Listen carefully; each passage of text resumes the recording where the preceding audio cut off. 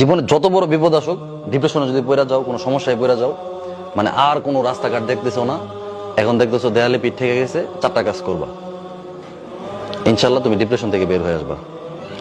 সর্বপ্রথম কাজ হইলো 2 রাকাত নামাজ পড়ে ফেলবা।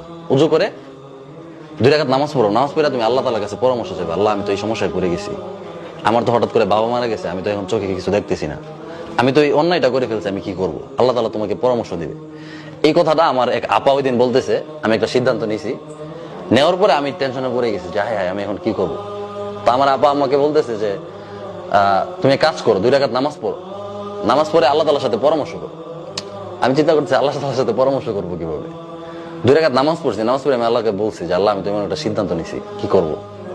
তখন দেখি আমার মাথায় নানান চিন্তা আসতেছে, বুদ্ধি আসতেছে পজিটিভ, বুঝছো? ডিপ্রেশনে পড়ে গেলে প্রথম চেষ্টা করবা 2 রাকাত নামাজ পড়া। দ্বিতীয় যে কাজটা করবা, একা থাকবা না। হ্যাঁ, ধরো তুমি একটা খারাপ পরিস্থিতি পড়ে গেছো, রুমে দরজা টরজা বন্ধ করে একদম হায় হায় আমার সাথে এটা কি হয়ে গেল, তখন তোমার মাথায় খারাপ চিন্তা আসবে। কি চিন্তা আসবে? তখন মনে হবো যে আমি উল্টাপাল্টা কিছু করি। আরবিতে একটা প্রবাদ আছে, ওতলাতুর রাসি দুক্কানু শাইতান। খালি ব্রেন হচ্ছে শয়তানের রাস্তা না। কিসের রাস্তা না? শয়তানে বাসা বাঁধে, শয়তানে দোকান বানায়। তাইলে যদি তুমি ডিপ্রেশনে পড়ে যাও, তাহলে একা থাকবা না, মানুষের মাঝখানে চলে আসবা। হাজার হাজার মানুষ যেখানে থাকে, তোমার আত্মীয় স্বজন যেখানে, তোমার ছাত্র ভাইরা যেখানে, তোমার বন্ধু বান্ধব যেখানে, তুমি ওইখানে চলে যাবা। তখন উল্টাপাল্টা চিন্তা আসবে না। কয়টা হলো? 3টা। নামাজ, রুমে একা থাকা যাবে না, মানুষের সামনে চলে আসবে।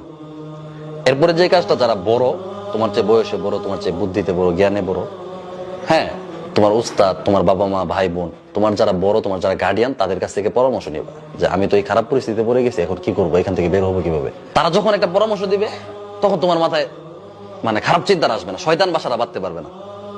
কথা বুঝছো?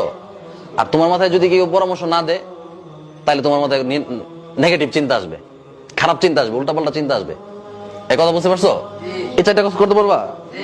যে কোনো সময় খারাপ পরিস্থিতি আসতে পারে, আসলে এই 4টা কাজ করে ফেলবা। প্রথম কাজটা করলে দেখবা আলহামদুলিল্লাহ একদম শান্তি হয়ে গেছো, নামাজে দাঁড়ায় যাবা, একা থাকবা না।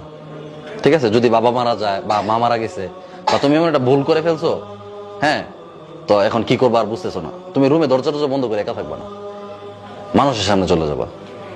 হ্যাঁ, তোমার ছাত্র ভাইরা যেখানে সবাই একসাথে আছো, বা তোমার বন্ধুরা যেখানে, ওইখানে চলে যাবা। লাস্টের কাজটা কি? যারা বড়, যাকে তোমার কাছে ভালো লাগে, সে উস্তাদ হোক, বাবা মা হোক, যেই হোক, হ্যাঁ, যার কাছে মনে হয় যে তার কাছে যদি বলো তাহলে কোনো সমস্যা হবে না, এমন একজন মানুষের কাছে গিয়ে একটা পরামর্শ করবো যে আমি তো একটা ভুল করে ফেলছি, বা আমি একটা বিপদে পড়ে গেছি, এখন কি করব। তো উনি পরামর্শ দিলে দেখবো তোমার চিন্তা আসবে, বা তোমার অনেক আসান হয়ে যাবে, এই সমস্যা থেকে তুমি বের হয়ে আসার সুযোগ পেয়ে যাবে। আল্লাহ তাআলা